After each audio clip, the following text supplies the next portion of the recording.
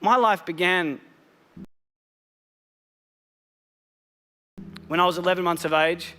I was taken to the hospital with my mum.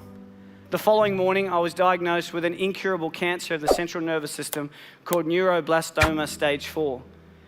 Doctor said, no chance of survival, take your boy home and allow him to live the next few months with his family because there's nothing that we can do. My mum asked one question. I don't want to know what the chances are of my son dying is.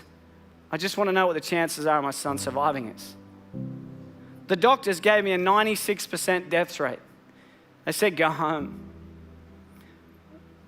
But my mum looked at my glass being 4% full and not 96% empty.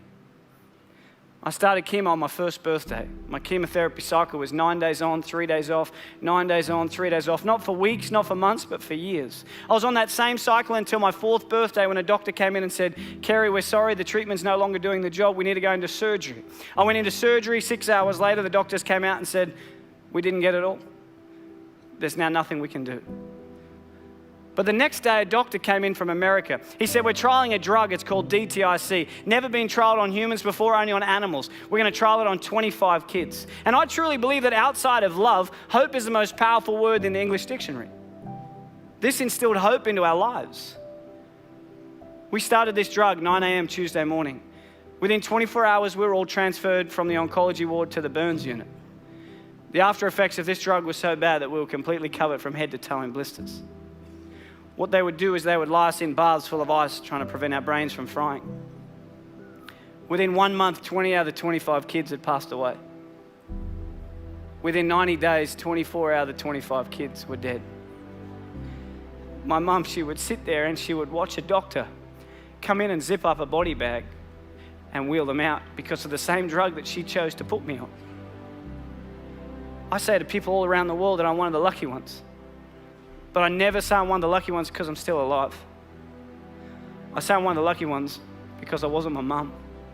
My mum had it tough.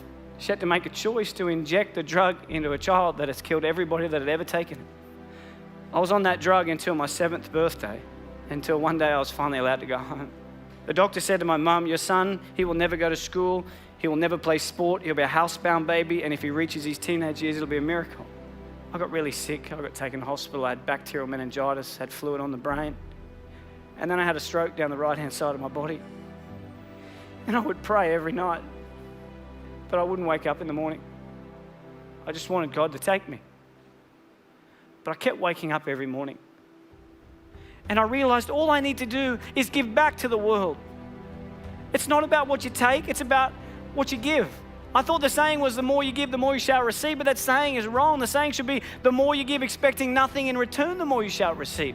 When I was 7, I heard through the curtains the doctor say to my mum, he will never go to sport, he will never play baseball, he will never ever go to school, and if he reaches his teenage years, it'll be a miracle. And my mum, she walked out and I said to her as if I didn't hear, what did the doctor say? And she said, everything's going to be okay, son. When I was 12, I had a heart attack and the doctor said to my mum, he will never play sport again.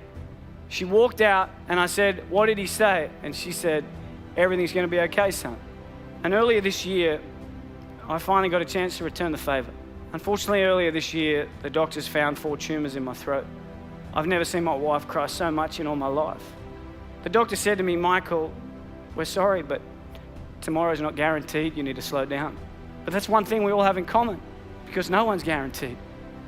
I think that life is not about the amount of days that you live on this earth, but it's about what you fit into those days that allows you to live a remarkable life. And I remember driving home and she called me, my mum, and she said,